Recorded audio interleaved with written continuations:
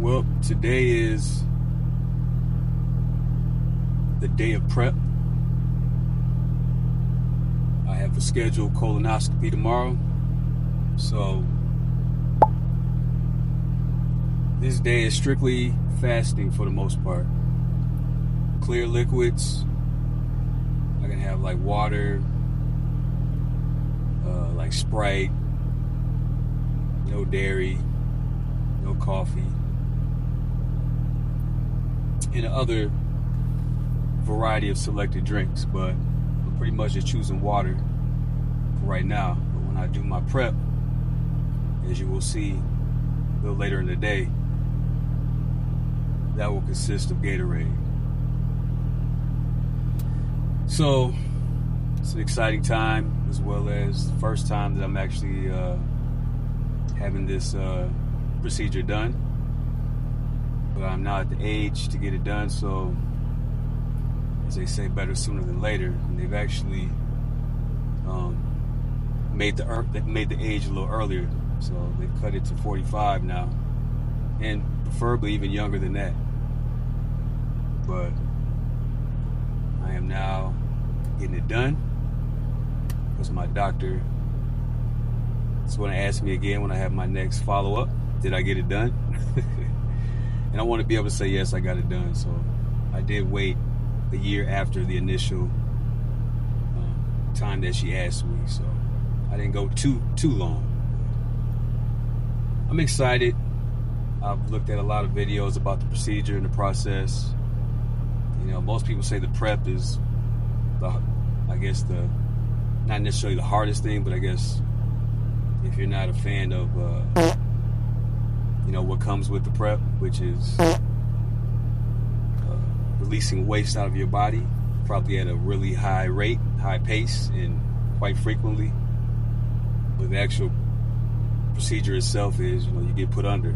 So, and then they go inside your body, inside your intestines and your colon, and make sure that everything is good. And check to see what's going on in there. So,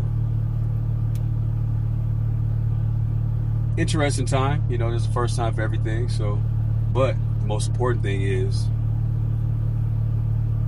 that you get it done. But now I'm going to head home and then get some more liquids in my body. Keep you updated. And right now it's roughly 12 p.m. 3 p.m. the prep starts. So at 3 p.m.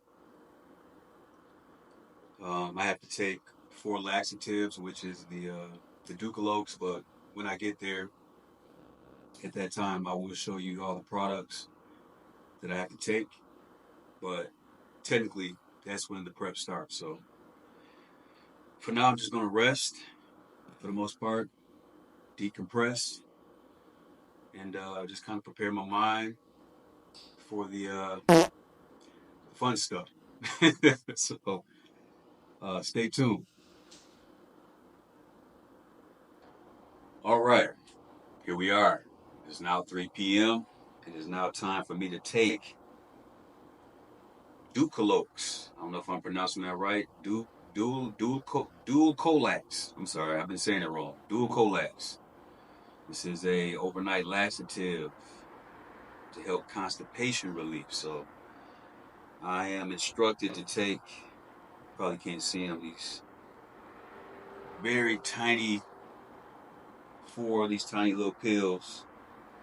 And then after that, pretty much, I just have to just drink clear liquids. So that is the instructions. Take 4 of these and then continue to drink clear liquids. Then in another 2 hours, I'm instructed to take the Miralax with the Gatorade. I have to mix half of the bottle of the Miralax, and then drink it with the Gatorade. I have to drink 8 ounces every 10 minutes until the Gatorade is gone. So that's where we are right now. This is actually the first stage of the prep to cleanse out the body. So I got to get these laxatives in me. So I'm going to go ahead and take those now.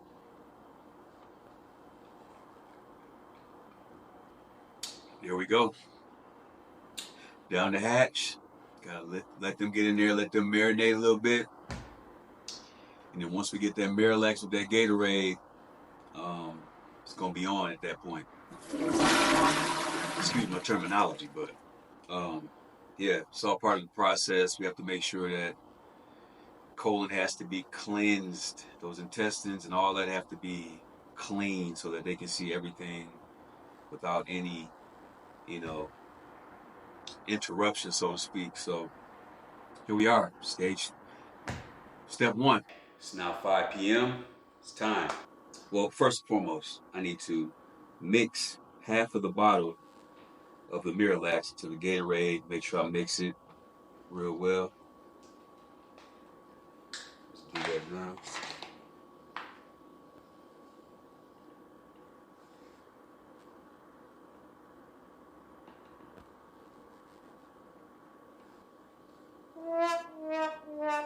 Oops. As you can see, as I was pouring in the Miralax into the Gatorade bottle, it was overflowing. So I had to refill it into a whole different cup. So here we are again.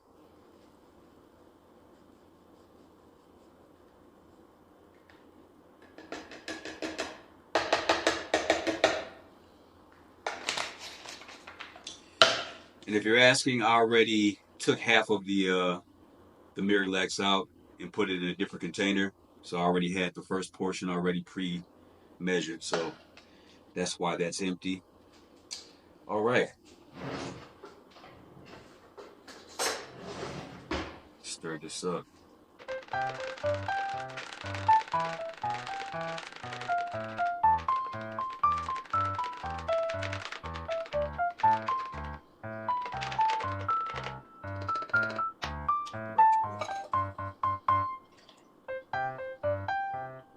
All right, what's up?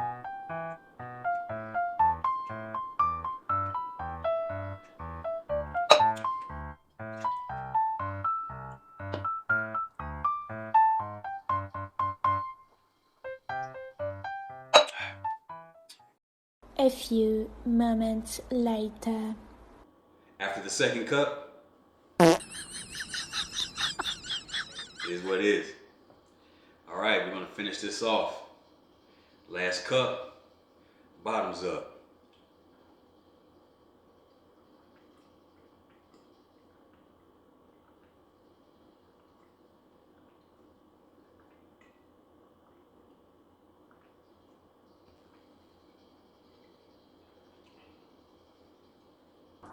Eight o'clock tomorrow, I get my second thing of Gatorade, and I pour the remainder or the remaining half of the Miralax into that, and I just have to drink that within the first hour, which I'll probably just down it straight. And then after that, I can't have any more liquid, so I'll keep you updated. See you tomorrow. All right, here we are. Next day, 8 a.m. Yesterday, after the prep or during the prep, there was a lot of course, running to the restroom. So Miralax works. Yeah, let's get to it. This is the second phase of the prep, last phase. After I drink this, I won't be drinking any more liquids. That's per the instructions. Supposed to just be able to drink this.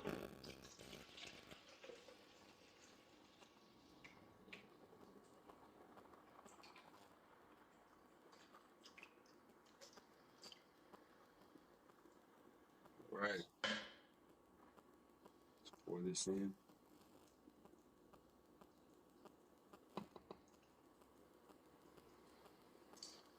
Of course, we got to give it a good stir. All right, that's enough stirring. Here we go.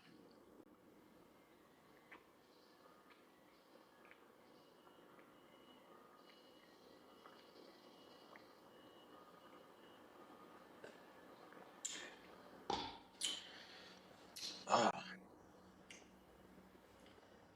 So I've been liquid fasting for a full day, and I did have some broth yesterday as well. But it feels good to get a little something with some taste, primarily a little bit more taste than just broth and water. But I can't drink anything besides this until after the procedure. Then I can commence to eating again, drinking normally. But um, it's been a pretty easy experience and not that bad. I'm used to being pretty much in a fasted state anyways. I fast on a regular for the most part throughout the week. So yeah, so this is the pretty much the end of the prep. I hope that it has added some clarity to perhaps those who haven't partook or partaked in this particular experience. So the next phase, of course, is the actual procedure. So, but everybody's prep, I'm sure, is different. I guess according to their doctor. I've heard, like I could have incorporated Jello in this as well, and popsicles, but of course, no red, no blue, no purple. But yeah, popsicles, Jello, coffee, broth, tea. I think a little honey and sweeteners are okay as well, but everybody has a different like regimen in regards to their prep. So, according to my doctor, this is what they wanted. So this is what I did. So here we are. Thank you for coming on this journey, and I'll see you on the other side. I'm all hooked up, pretty much just waiting to get started and meet the doctor, the guy who's going to be performing the procedure, and see, I'm all hooked up here. So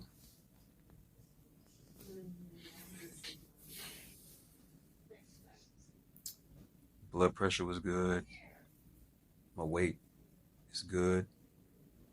So procedure's about 30 to 40 minutes, they said. So it's not crazy long, it's not crazy short. Yeah, here we are. Um, I'm just grateful that I'm doing what's right. This you get to those places where you got to start doing some of those things you didn't do before, but now you got to do them. So that's the most important part. It's just doing the preventative maintenance, so to speak. So, and the lady said they do about almost 30 of these a day. So they kicking people in, kicking them out, kicking them in, kicking them out. So this is just like getting an oil change. So it's a beautiful thing. But I'm grateful that not that I have to do it, but I get to do it. So it's always about being positive and optimistic. You get to wake up. You get to make a decision to take care of your health. So leadership is spelled EXAMPLE. So gotta lead by example for myself and for others. So yeah, here we are. First colonoscopy.